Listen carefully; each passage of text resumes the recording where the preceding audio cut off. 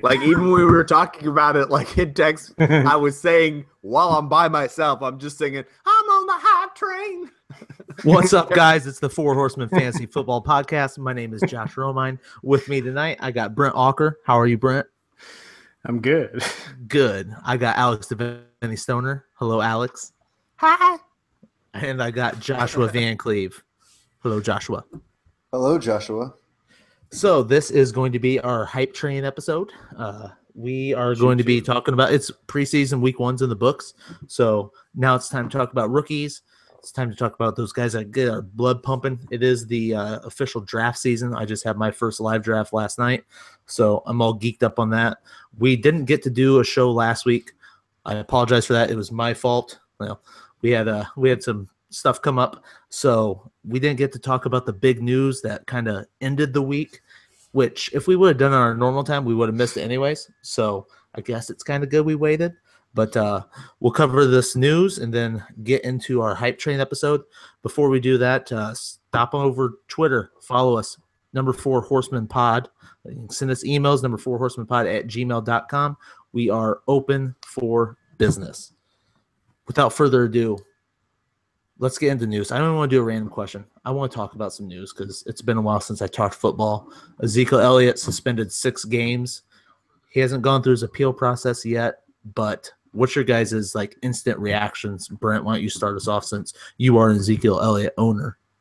It saddens me just because it's like, man, all this time spent on just investigating Ezekiel Elliott, and people have started like drafting and keeping guys, and finally the NFL comes around and declares, 6-game suspension. It sucks, but down to the root of it, it's like, oh man, what a scumbag if this is all true. And Right. Clearly there's something behind it. But for fantasy purposes, it's just, it's sad because a lot of people had investments in a top 3 draft pick in Ezekiel Elliott already. So what are your opinions on where you should be going? I mean, I've seen experts and read some articles about, take out, 6 full games of fantasy points for Ezekiel Elliott, and some of the projections that they come up with have him as about a running back 8 in the final, points of the season, and which puts him right around like a mid-second round, a late second round kind of pick. I still think that's way too early to invest a second round pick, honestly. I'm looking more maybe in the 3rd round, mid to late 3rd round, honestly, because I'm just not willing to put that much investment for a guy you're only going to have half the season. You won't be able to start this guy until week 8. Right. And that's if the NFL doesn't decide to suspend him for even more. So, right. I mean, I would think that with the appeal, it would go down. I would hope not up. Right. But Alex, what do you think about that? Like round 3? You're happy about it? Oh God. Yeah. One, I called this. I didn't call he was gonna this was gonna be that it was gonna be personal issues and things like that was gonna screw him up. But I said, he's not gonna hit those numbers. He's not gonna be what you want. And that's why I didn't have him as a top 3 player. And so, even though it was a different reason why he's gonna be less than what we thought he was gonna be. I would feel bad if it was actually an injury, but it's not. It's his own stupid fault, and he's a Cowboy. So I'm like, yes, Right. All right. Let's take away their best weapon and then make them have to try to win games with Dak Prescott and only Dak Prescott, because I don't care how great that line is. You're gonna have Darren McFadden in there for a couple of minutes, and then he's going to blow out a knee, and then you're on your 3rd back. It doesn't matter. Like, you aren't going to get the same production that you would have had you had Zeke in there. Now, having said that, Zeke is going to be one of those guys that is going to be hungry at the end of the season. He's going to be one of those guys that you want on your team at the end of the season when you're making that push to the playoffs. Brent, you know from experience, you can go 1-7, turn the thing around, get in the playoffs, and win the thing. Yep. So I don't find it so outlandish to put a second round into him, knowing that he more likely than not will only miss like 4 games. I would honestly almost be willing to put down money he misses 4 games. Yeah. 4 games lost of Ezekiel Elliott is better than a full season with Lamar Miller. Sure. So, I mean, I'm not knocking Lamar Miller. I'm just saying the potential that he has at the second half of the season is far greater than any player you're going to get in that second round. So if you end up picking up that if you have that second round pick, and you, especially if you're in a league that you're feeling really confident about, maybe your first draft choice was a running back. And you feel like, well, if I just go 3 straight running backs and then just, kind of clean up on wide receiver later, I think you can do it. Sure. I don't think he's going to fall into the 3rd round. But I think you're a fool for letting him go into the 3rd round if he does make it and it doesn't come back to you. So how early in the second, like where would you have to be positionally to feel okay about it? I mean, like are you going to take him over like Devontae Freeman? That might be the cutoff. Jay Ajayi? I don't know. Like, it depends on where you're cut. Like Jordan Howard, Jay Ajayi, Devontae Freeman. I'm probably taking those players. I'm probably taking those players in front of him. Once you start getting to the, I mean, I know it's kind of crazy to say, but even the Todd Gurley's, the Lamar Millers, those kind of guys. So they're like the back end of the second round where you're kind of wondering, okay, what is this going to be? I feel better about taking a guy that I can count on. And I'm pretty sure he's going to play 12 games. Right. And you got to remember, like he's going to have such fresh legs when he comes back too. There's going to be a lot of running backs and even defensive backs, linebackers, everything. They're going to be starting to get tired, and he is just going to run all over them with all the fresh legs that he has for sitting out. Yeah, I was drafting 7th in my draft, and I didn't want to take him like coming back around in the second. Jordan Howard was still there for me, who I still have high. Even he could bust, but I still had him well above Ezekiel Elliott. I was hoping to get him coming around on the 3rd. I don't think that's going to happen. I think it's going to, if he makes it out of the end of the second and into the beginning of the 3rd, I think that's where people are going to pull the trigger. You can't pass on him. Like you guys said, he's going to have fresh legs. If he comes back around, if you're on that turn, and he comes back around and you can get him in the beginning of the 3rd round. Yeah. I mean, especially like, I don't know what on that you probably would have either David Johnson or Bell. Then you pick up, let's say you're going run back heavy and you pick up, a guy like Lamar Miller or something like that. Then you also get Ezekiel Elliott. Holy crap. I mean, just imagine what you've got there at the second half of the season. And there's going to be teams that are going to be really running back needy. There always are. And if you have both those players running at full speed, you can maybe trade either one of those guys, or even if you like a Lamar Miller or Todd Gurley or something like that, if they're doing well. I mean, that's a perfect scenario. And that's where I'm talking about, like with a 6-game suspension, that's where I like taking him, is that early to mid 3rd round.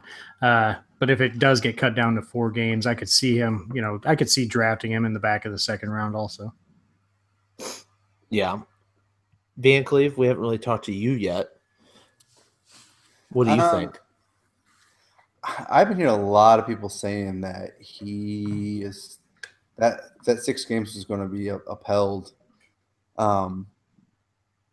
And so I think that if those games hold up, that's half the season without Zeke. But Alex made a great point about making a push to your playoffs. Having Zeke on your team in the playoffs could be huge.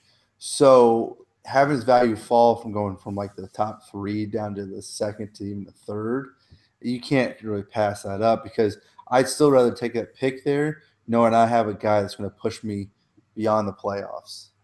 But that's still going to suck, because you're taking a guy that high when you can't count on him for half the year.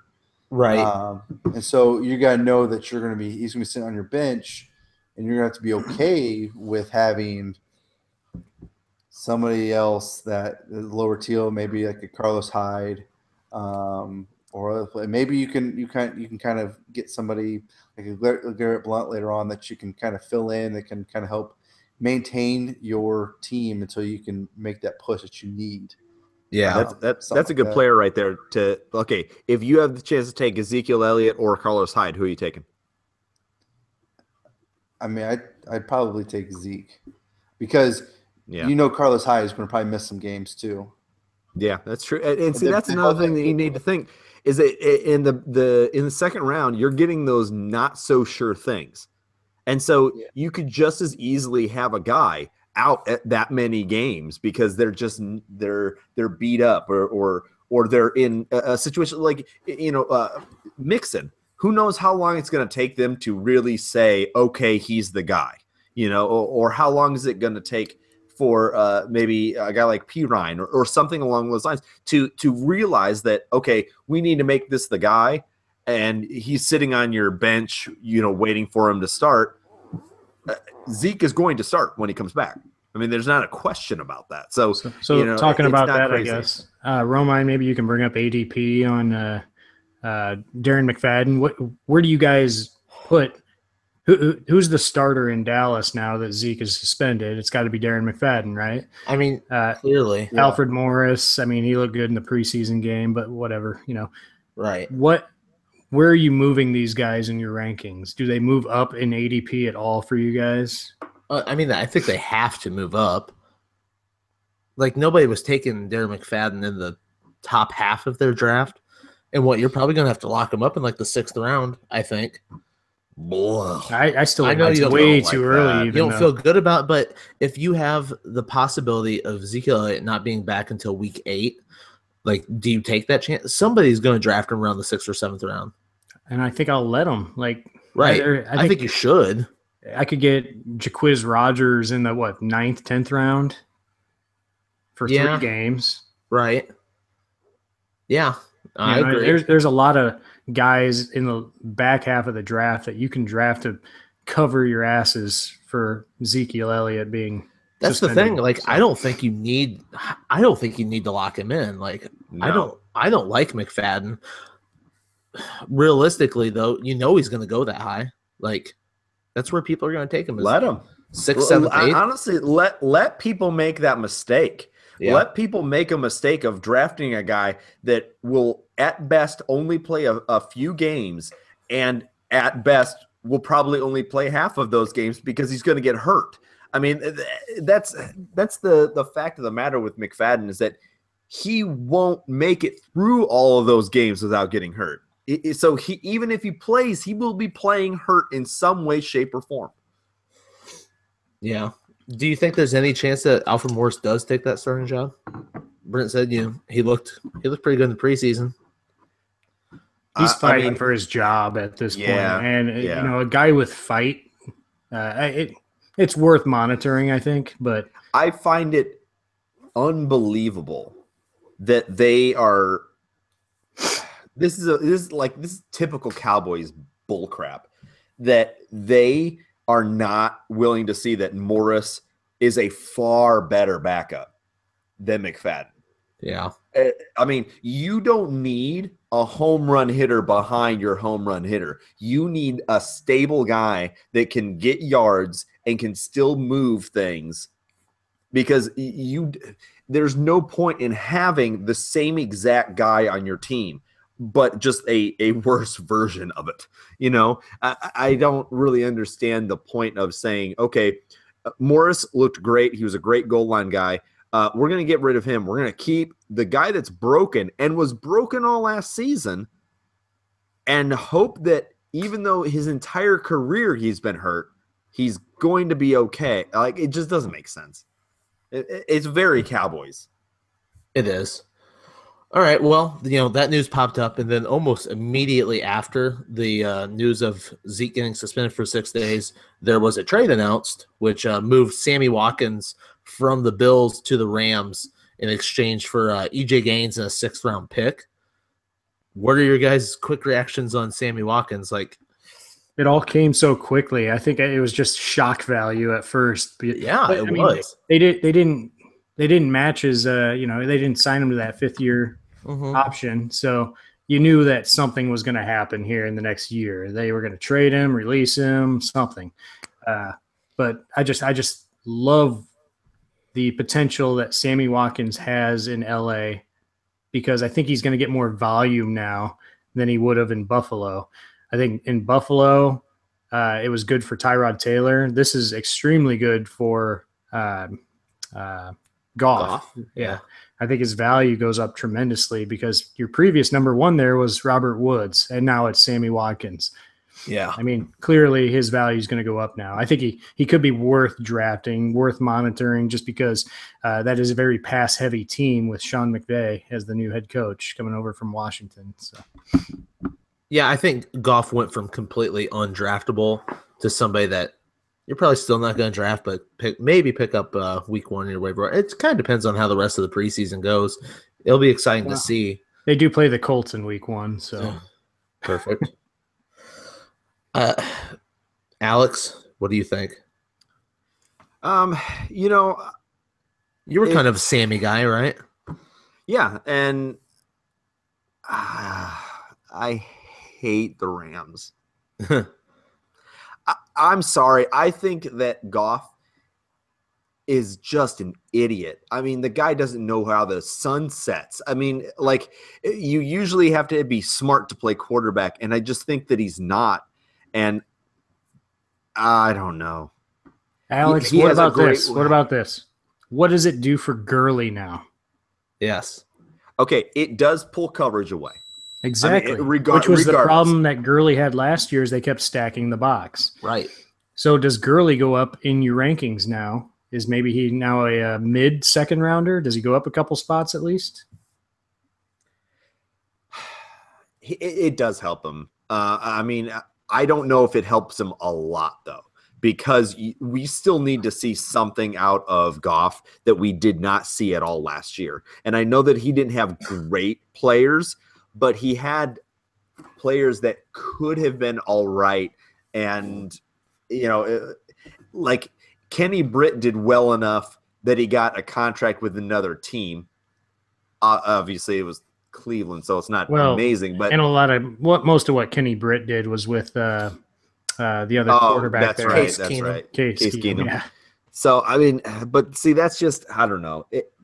They didn't have great wide receivers. They went out, they got a few wide receivers. They've kind of they've got Sammy Watkins and then just a plethora of these backups that you have no clue what they're going to do. Like, where does Tavon Austin fit? Where does Robert Woods fit? Where does Kupp fit? Where does, what are those new wide receivers they got last year that barely made the field? Where do they fit? So we have a lot of questions with that pass offense that I think just got murkier. We talk about New England collecting all these running backs and kind of mediocre running backs. Well, the Rams are doing that with wide receivers. A lot of untested, unproven, mediocre wide receivers, and now you've got a guy that is supposed to be elite but hasn't put it all together yet. There's a lot of question marks for me, and yes, it does pull my interest a little bit toward Gurley, but not enough that I'm bumping him up. Like, am I? I don't know. I'm trying to think of. He doesn't move ahead of. We're talking about. I don't think he moves ahead of Lamar Miller in my mind. Yeah. I think I still pick Lamar Miller before I pick him. So I don't know. Yeah, it'll be interesting to see. I think that Sammy Watkins' value didn't really change too much. I know there's a lot of people that immediately dropped him in their ranks, 10 spots or so overall. I don't know. I don't know if there's that much difference. I don't know if the the volume that he's going to get, that increase that we hope he sees, makes up for him going from Tyrod Taylor to Jared Goff, which is clearly a downgrade because Tyrod Taylor is great, but I guess we'll see how it plays out. But immediately, like after that, I don't know if it was like simultaneously because I saw them both at the exact same time. The Eagles traded Jordan Matthews and a third-round pick to the Bills for Darby Van Cleve. And I know we weren't really talking about Jordan Matthews too much.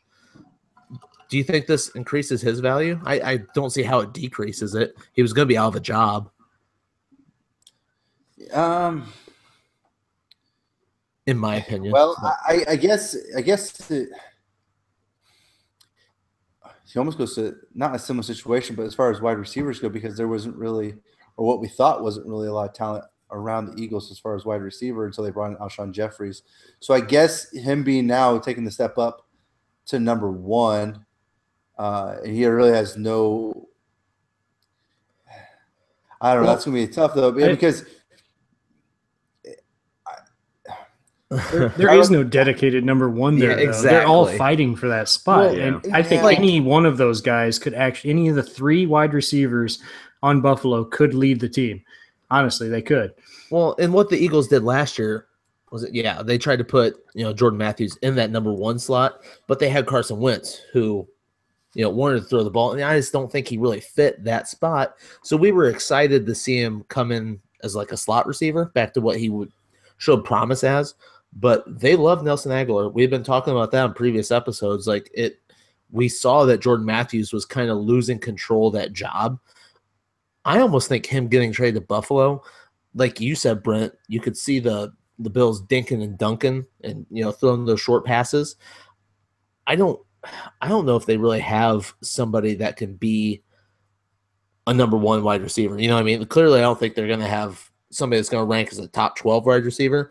Could you see Jordan Matthews even being like a serviceable wide receiver 3 on the team? He could, I guess. I mean, the Bills actually lost now that Sammy Watkins and some others are gone, but the Bills have lost 80% of their target share from the slot position. Mm-hmm. So I got a hot take. Jordan Matthews is only good in the slot. But go ahead, Alex. What's your hot take, Alex? No player has more than 1,000 yards receiving on Buffalo. Hot take. Not one player. I mean, I don't really think it's that hot. Yeah, can't argue that. With Tyrod. If I was able to get out of my Tyrod Taylor bet with you, I would do that right now. Because I really don't feel good about it.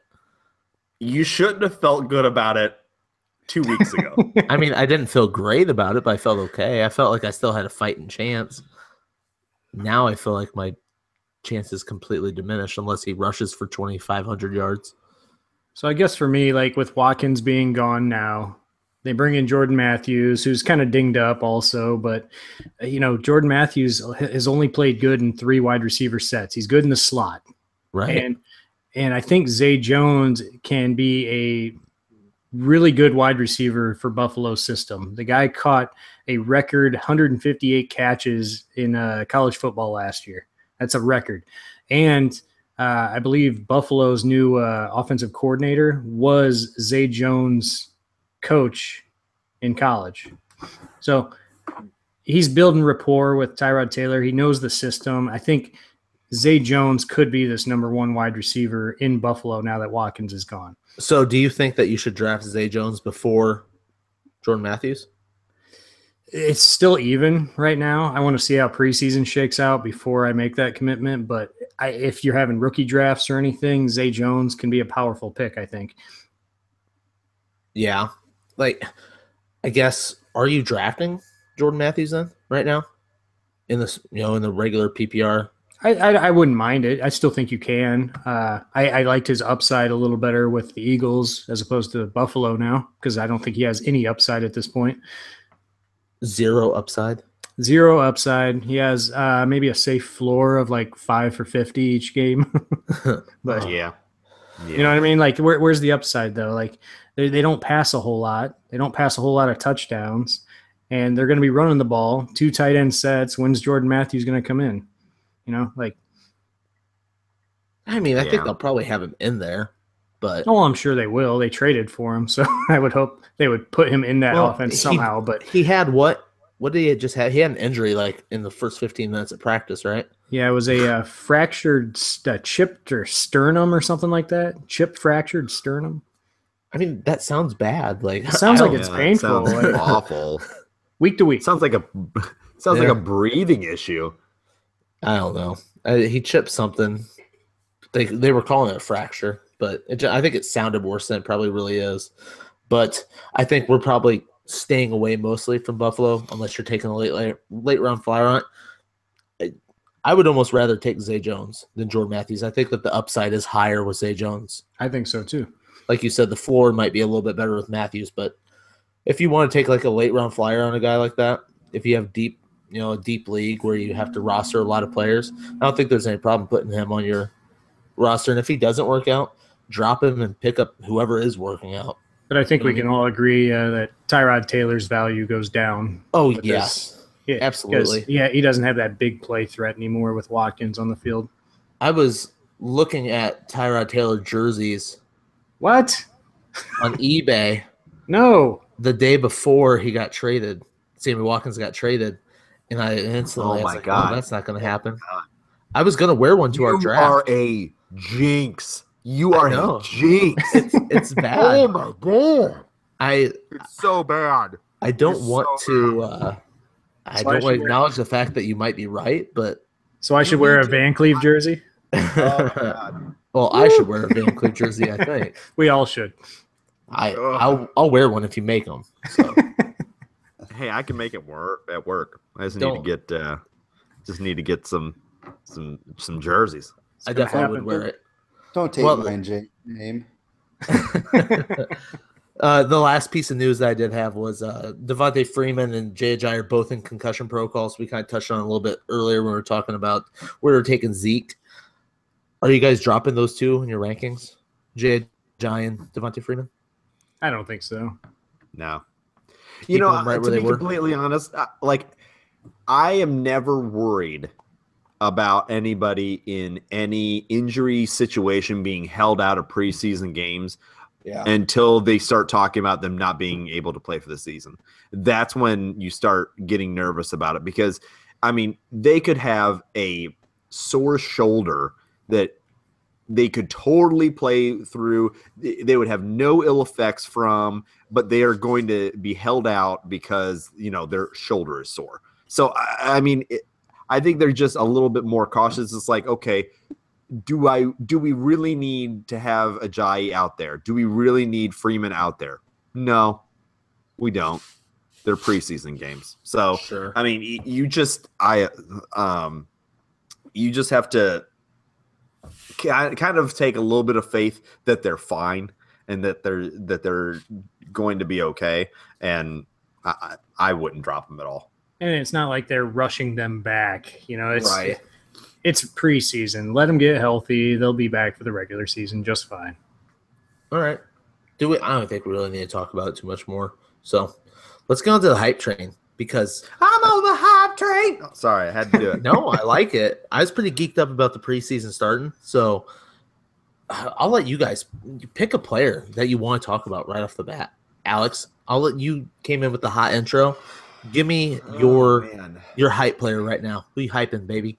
Well, okay, so I'm picking somebody that I am personally excited about. Personally. I mean, it's starting to feel like that if they don't have Mixon starting week 1, they're gonna have him starting week 2 or 3. Like, I mean, it's like every single beat writer, every single sports writer says all the time, like, he's the best running back on the team.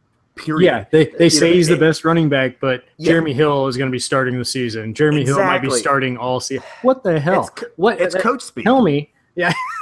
Even the coach is like, the running back coach and Marvin Lewis, everybody's like, Joe Mixon is probably the most talented player on our football team. Why would you spend a second-round capital on a running back and not have him on the bench? Really? No. I will tell you why. And I know why they're doing this.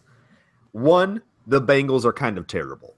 Let's just get that out of the way. They're very bad at bringing up young talent. I mean, other than AJ Green, and Dalton. I mean, they've kind of squandered a lot of stuff. But the other part of it is more so they have to take the pressure off of him, because right now that is the player everyone's talking about. People aren't talking about Fournette. People aren't talking about Cook. They're talking about Mixon, because Mixon's got the storyline. Mixon's got, the talent that he should have been the best running back in the, what he did off the field doesn't change the fact that he should have been the best running back in this draft. And I think the fact is that they're trying everything they possibly can to take the pressure off of him so he can just go. And I think that, because could he start the season? Like, could, Hill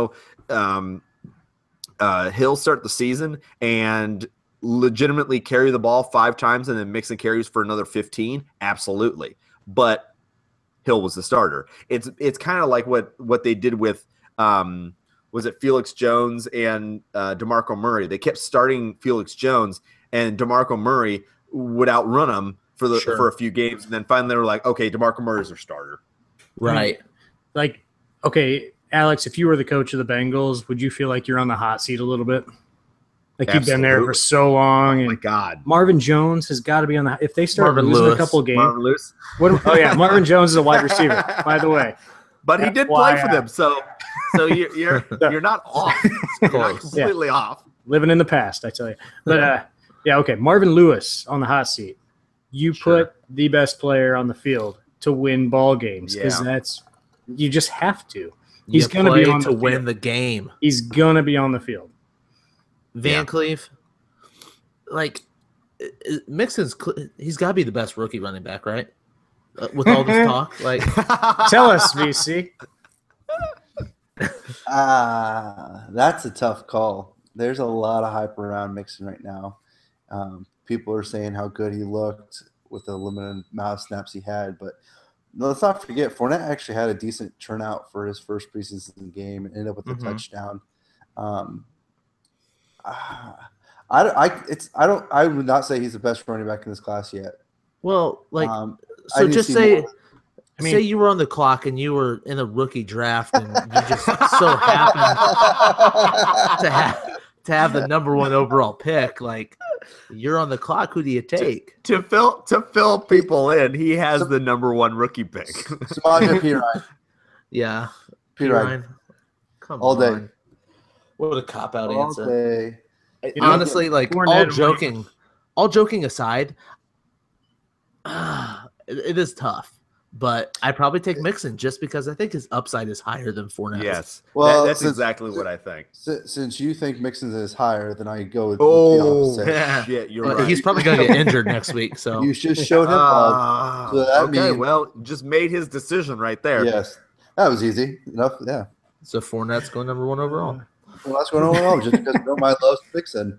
Oh, Okay. God. Well, let's talk about redraft then. How early is too early for Mixon? I mean, what we were thinking when we were talking originally with Mixon, we were thinking 4th, right? Yeah. Yeah, but he's going to creep into the 3rd, I think. He has, and not to say that depending on how preseason goes, he may even creep up to the 2nd. If you know that if you see him running well in the preseason, I don't mind taking him in the 3rd because you know he's got talent, and here's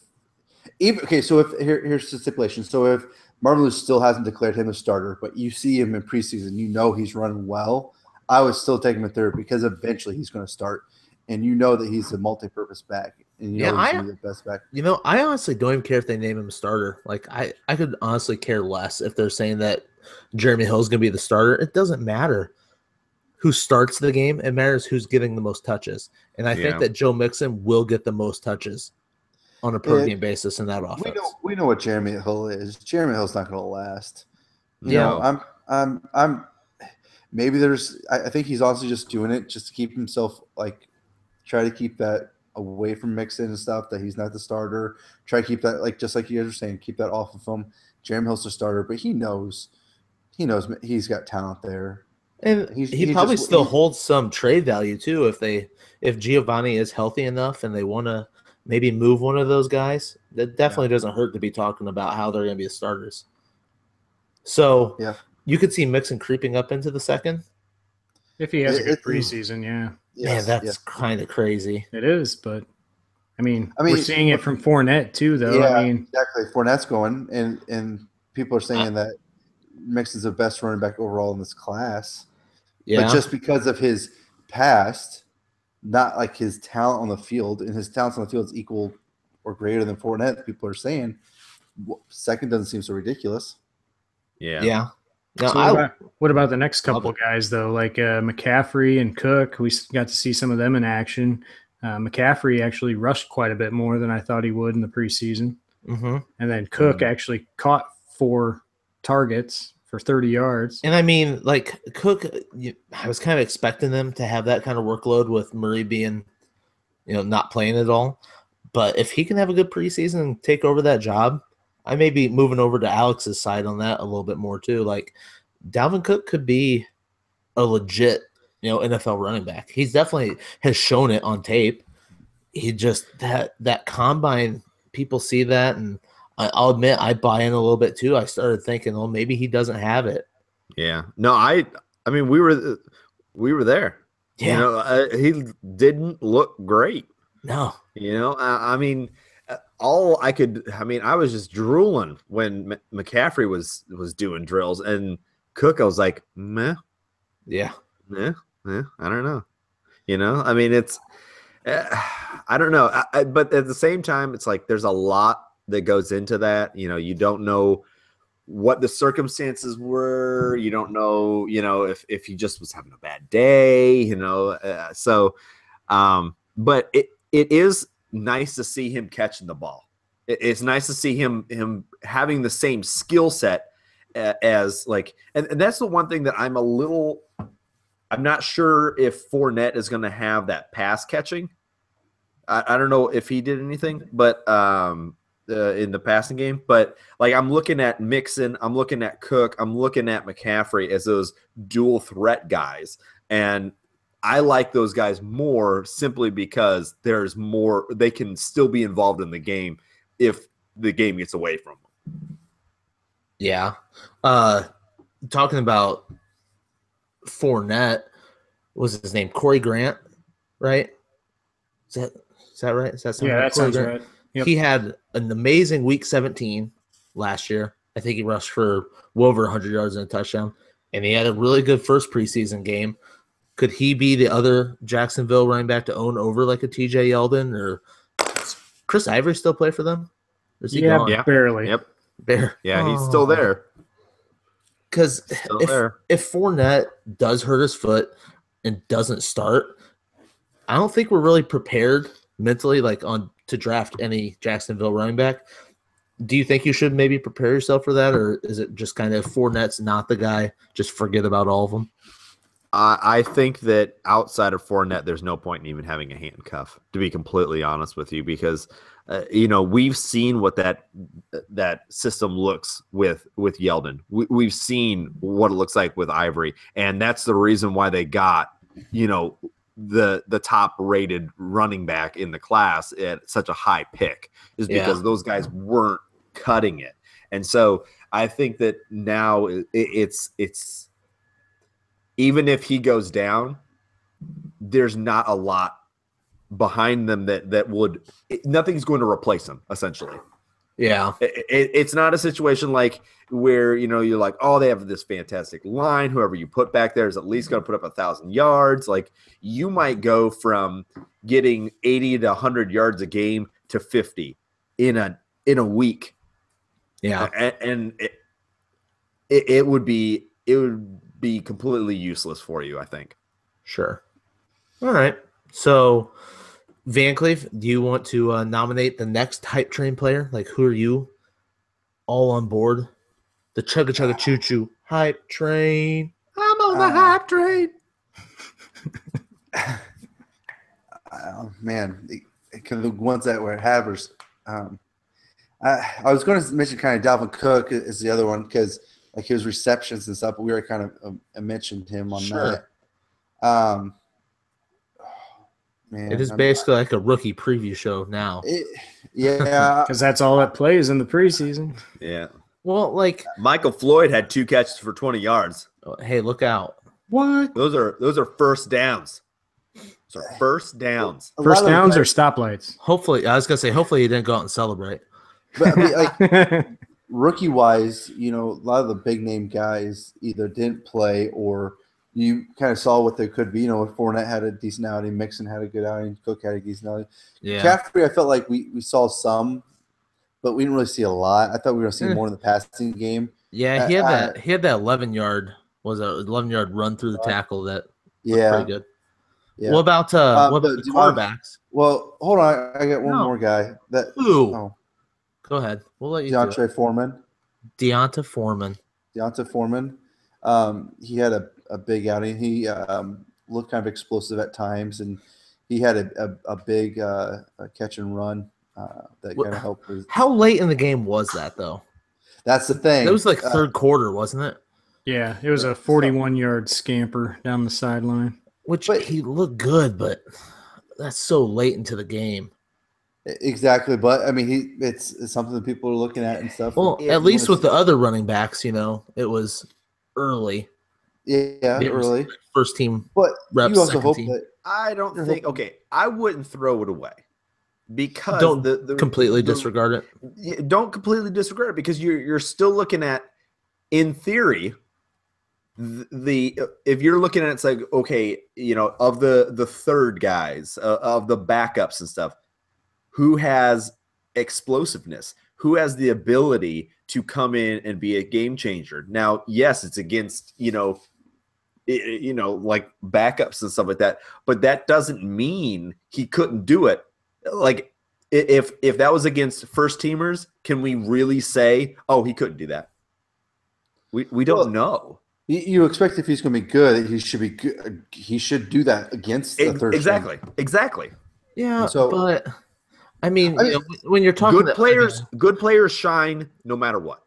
Okay, but here's the thing. But Christian McCaffrey is behind Jonathan Stewart. Dalvin Cook's behind Latavius Murray. Like Lamar Miller is a arguably good running back. Okay, well, look at that. Okay, Lamar Miller. Did he really show it last year, though? He really didn't, and he was hurt a lot, too. He actually missed games last year. So we're establishing handcuffs here almost. Who's going to be the backup for Lamar Miller if he gets hurt again? That literally could be all Foreman. He is. Like, all he is a handcuff. You're not going to reach up there to draft. No, but just like Brent said, he's injured. He could easily take that job away from him. I don't know if easily over. I mean, to be completely honest, I don't see any reason that somebody couldn't take a job away from Lamar Miller. Lamar Miller is still in that zone where we're like, he should be good. But the fact is he has not been. Well, he has not been consistently good any point of his career. And I'm still a Lamar Miller fan. I still like him. The fact is, though, is that we're basing it on these small sample averages, these small little pockets of where, when he was a backup in Miami, he was running and getting 5.5 yards a carry. Well, last year they didn't run the ball a lot, but he still had a good running average, but he still didn't run a lot.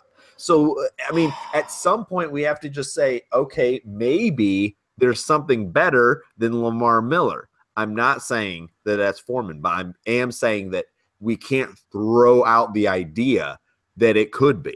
Just a fun little Lamar Miller stat. This is from Pro Football Focus, Jeff Radcliffe. Yards after contact, out of all the qualifying running backs, Lamar Miller finished dead last in yards after contact. Yeah, why out of like 60 running backs? It was like Brock Osweiler. Last. They are completely stacking the box against. But this is more symbolizing what a running back does after he gets contact. It's a running back's ability kind of stat. Yeah, and if Lamar Miller finishes dead last, no. Yeah, yes. More defenders in. Okay, I see what you're saying with Brock Osweiler. Here's the thing, though. Here's the thing, though. If you have a really good running back, he may get tackled, let's say out of like 20 times. He may get tackled in the backfield 3 or 4 times. He may get tackled for 5 or 6 yards here. But all they have to do is break a couple of tackles and they have a touchdown. If your player is not able to do that, then they're not that good. Yeah, but I don't think there's anything that says Lamar Miller's not capable of that. I think if he didn't. That's the point, though. The point is he wasn't breaking tackles because they were stacking the box. Yes, had he broken a couple of those tackles, he would have had a 61-yard touchdown. He would have had an 80-yard touchdown. He wasn't doing that, though. That stat right there is telling me that, okay, he isn't a back that can make a huge difference. Sure. And that's where he could have a problem. And I don't completely disagree with you on that. I'm just saying that I don't think anybody should be reaching out to draft Deonta Foreman. Like, I don't think that he's a guy that you need to do that. I think that he's had some trouble off the field. There's a lot of question marks. He didn't look bad. He looked good. And hopefully they give him some more playing time, like earlier in the game. But this is the hype train episode, so it's okay to be hyped. He only has to beat out Alfred Blue. Yeah, Alfred Blue looked he didn't look terrible. Yeah, unless you look at last year. But he's always looked good off the bench, and then as soon as you give him anything, he's terrible. Every running back on the Texans did better than Lamar Miller in the preseason game. I don't have their box score pulled up, so I was pulling it up right now. But how much did Lamar Miller even play? I missed. He just played like one series. I think he had 2 rushes for 0 yards. You know what I really like? A service, and anybody listening, please create this service. I want to go to one website and print out every box score of every game. I don't want to click on. I don't want to click on anything. I don't want to have to search for anything. I want to go to this website. It has every box score. I hit print, and out it comes. Somebody make that happen for me. Because I would love that. I would love it. Got it. All right. Thanks, Brent. Sorry to completely discount you there, Van Cleef. I shouldn't have done that. That was legit points. And thank you guys for arguing for me. You're welcome. Yeah. I think that still, if you're a Lamar Miller owner, though, I think that you do need to own him. Clearly, I think you got to lock him in at some point. Yeah, I mean, I wouldn't even consider Alfred Brew as a handcuff. Just like he's playing ahead of Foreman, but I wouldn't even worry about Alfred Blue. I would put Foreman. He's got so much more upside than Blue. We've seen Blue if he had that starting role. Foreman all the way. If you're looking at for a handcuff, and that's take out Foreman's big long 41-yard run, and he still averages over 4 yards a carry in this preseason game. So yeah, and that's good for an NFL game. College you want to see higher than that, but for an NFL game, that's pretty good. Over 4-yard averaging. What's a typical average in a college game? That was like close to like 6. Yeah, usually close to 6.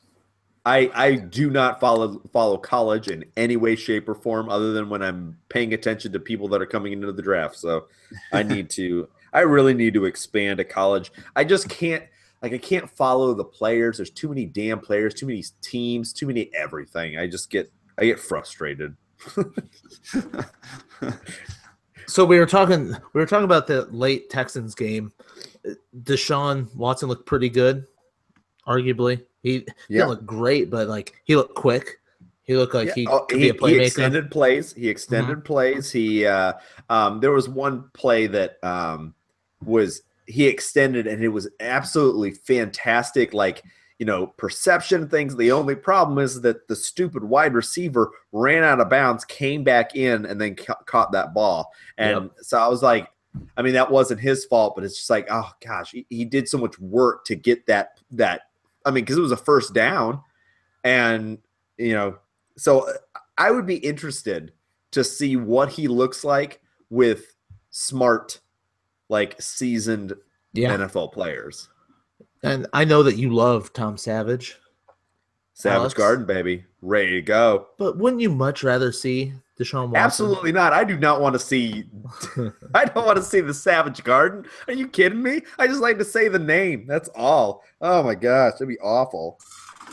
Yeah, I That'd be still such think a he starts. boring- I still think they're probably going to start Savage. But He seriously looks like Nicolas Cage. Like if you told me that he was like a love child that he had, like when he was making Moonstruck or something like that, I'd totally believe you. But I don't want to harp in on just one of the rookie quarterbacks because they all pretty much look good. Trubisky looked great. Kaiser looked good. Mahomes looked good. Who's your guys' favorite rookie running back? Like, who would you be drafting first out of that Quarterback? group? Yeah. Did I say running back? Yeah, you said running back. I just love running backs so much. I know. Oh God, I could talk all day and all night about running backs. I honestly think mine is Watson still. Yeah. Yeah, I like that his skill. He doesn't just run the ball; he can throw. He stays in the pocket, but he has the option to run and has that. He has the most experience under his belt of all the quarterbacks, and he's still. I don't know. He just brings a presence about him because he's been on a winning team and stuff. And he's got better weapons than any of your quarterbacks. To be honest with you, so I like him. I think the most out of all the quarterbacks. I mean, no disrespect to Deshaun Watson. Like I've been saying this whole time, the guy has great leadership skills, but physical skills, he just reminds me a lot of Tyrod Taylor. There's worse people. He's just so. I mean, I saw the guy at the combine in Indy, and he's just very small. He's kind of lanky. He doesn't have a big build to him. Doesn't have a strong arm, but it's his leadership skills that has gotten him to this level so far. And he can extend plays, sure. But a guy I'm looking at though, I'm starting to buy into the hype of Kaiser here with Cleveland. Man, that guy. He threw some bombs in that preseason game that makes you drool. You really want to go out and like grab this guy in a rookie draft. And you love Cleveland, so it makes sense. I'm pretty high on Cleveland this year, and if Kaiser can actually do something, I really feel like they've got wide receivers that can help them out. They've got a fantastic running back in Crowell, and fantastic. and Duke Johnson's a dual purpose back that. He's a runner and a pass catcher, so I'm kind of liking Cleveland this year. And if the sky's the limit, I know best offense in the league. Let them fly. Time to fly. Cleveland's on a hype train. Oh yeah, choo. I mean, I hated how they did it. I completely disagree with where he was taken. But I have to look at Trubisky and looking at his stat line. He was 18 for 25, 166 and a touchdown. That's a great, quarterback rating of over 100. Yeah. That's something that you definitely are looking at. He's probably not going to start the season. The thing is that, we've talked about in the past, teams that are held back by their quarterback. Well, this team is going to be held back by their wide receiving core. Because you've got a guy in Kevin White that we've been talking about for a couple of years now, but he can't stay on the field, and you don't know what those injuries have done to his body. You don't know what to expect from him at all. And then you've got a mixed bag of Meredith, Bellamy, this Thompson guy. What was his first name? I can't even remember. They've just got this rotating. They've got Kendall Wright. They Victor did have Cruz. Ruben Rant. They did have Ruben Rant. I mean, they just have this mixed bag of garbage that they're going to be putting out on the field, trying to find something that sticks. And unfortunately, that's going to hurt Trubisky. But when I'm looking at him, I'm looking at him for the future. I'm looking at maybe next year or in 2 years. If you're in a dynasty format, I'm looking at him as a possibility. They're rebuilding that team.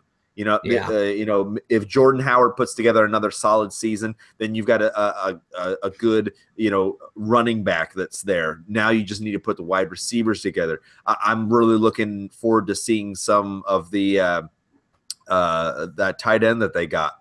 That they've. Because every white guy that is a tight end is a mini Gronk. Well, this guy has been called a mini Gronk.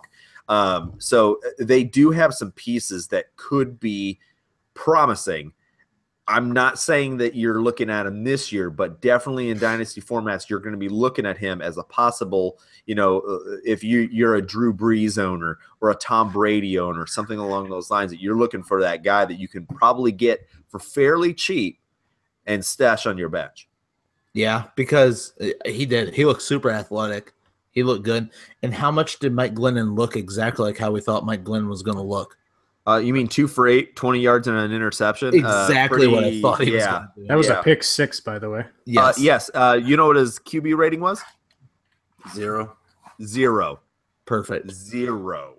I couldn't have scripted it better. Even the Sanchez went 1 for 4 for 4 yards and had a 39. I mean, I think it's just a matter of time. I think that Trubisky will start games for the Bears this season. I know it's a quick judge of it, but if that first game is any indication, they cannot put Glennon out there. I don't care how much money they spent on him. You got to know when to. The Bears are a terrible franchise right now. Yeah, they just are. They are making terrible decisions, and you're just kind of hoping. I'm not a Bears fan, but I know enough Bears fans that I like by association. I like them. I have no ill will toward them or anything like that. And Trubisky way more Colts fans. I can't stand Colts fans, though. You guys are fine. I know. The rest of you, I just can't stand. But the fact is that I want them to do well. It's just they keep making these ridiculous. I mean, they got a guy knowing that he probably wouldn't play a season, and then he got hurt the second season. And they didn't hold on to Jeffrey. They have more turnover than a McDonald's franchise at this point. So you've got to be looking at that as okay, they need to start holding on to their players. They need to start drafting well and holding on to their players. Otherwise, this team is just going to turn into Cleveland. Yeah, but I feel like they're still on the brim where they can turn it around. I don't think it's completely lost yet. Yeah. Right. I mean, if they hit on Trubisky, they're going to look like geniuses, and it will fix a lot of problems. If he is not a top 10 starter, they're going to look like fools. Yep. Well, before we wrap up the show, I want to touch on a few more quick hype train players. I don't want big, long explanations, but I want you guys to tell me if it's legit or if it's just kind of something that happened in the preseason, nothing to worry about. Oh, yeah, rapid round. Let's do it. Yep. Thomas Rawls started Sucks. with the first team. Get out. Not buying into any of it? No, of course not. Well, don't of course not it. Oh, my God. No, because first off, you like him. Right off the bat, I'm out. I'm already out. But then rapid round. Come on. I'm sorry. Go ahead. Van Cleef needs to go to sleep, so you need to shut up. Just say your piece and then move on. Sorry. No, it's all right. Thomas Rawls play two, 3 games. He'll be out, and then Eddie Lacy will play, and that'll be it. Well, we'll see how that works out. So we're not buying into the Thomas Rawls hype. I hate Seattle this year. Yeah, I don't know. Even their wide receivers. I like Graham. I like Baldwin. Man, Paul Richardson was set to break out, and then had to go and get injured. No, curse. No, showed him love. Didn't have to get injured. I cursed him. Killed him. All right. Another guy that I like, Kelvin Benjamin, looking svelte out there, catching touchdowns. Better than last year, not as good as his rookie year. I was gonna say I'm buying the hype a little bit. Maybe I moved him up about a half a round. Give me a quick stat line: receptions, yards, touchdowns. What do you think? 76, 1,002, and 5 touchdowns. I don't think that he will have that many catches. I think it's going to be in the high 60s, but I think that he will get 1,000 yards and probably 6 touchdowns. I'm right in the same boat. Probably belongs in the top 7 rounds. Yeah, somewhere around there. All right, so we like Kelvin enough. Legit, like it. Galladay, Lions caught a couple touchdowns. Buying it. I mean, yeah, I'd buy it just because he could be the starter in Detroit. No Baldwin there. Tate, Marvin Jones came on and then went flamed out. Does that hurt Ebron? Like we kind of talked about Ebron maybe breaking out a little bit this year. You guys talked about Ebron breaking out.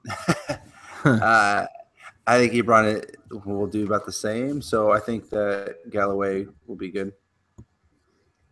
Does next one? Does Alex Smith start all 16 games for the Chiefs this year, or does Patrick Mahomes get to start at least some? Alex Smith will start all 16 games. Yeah, barring injury, Alex Smith will start all 16 games, including playoffs. The one thing that I do know is that Andy Reid will not change in the middle of a season unless he hurt. He has to. Yeah, unless he absolutely. I mean, I don't wish ill will on anybody. I'd kind of be okay if Alex Smith got injured. It would be great for the team. It would be great for the team. I know that's terrible, but it would be great. I feel bad saying it, but Roman, I don't want the most boring quarterback in the league. Roman, just say you love him. I love Alex Smith. I love him. There you go. Done. He doesn't believe it though. That's the problem. He has to believe it. I don't believe it. I want to believe it. All right. Well, thanks for listening, guys. We appreciate you stopping out. Hype Train episode. Next week we are talking about doing a crystal ball episode. So we're going to be handing out some awards to players that we think are going to finish the 2017 season high up on there. So any guys that I like, be sure not to draft them. But hop on Twitter, follow us, 4 Horsemen Pod. Send us emails, 4horsemenpod@gmail.com. We'll see you guys next week. Peace.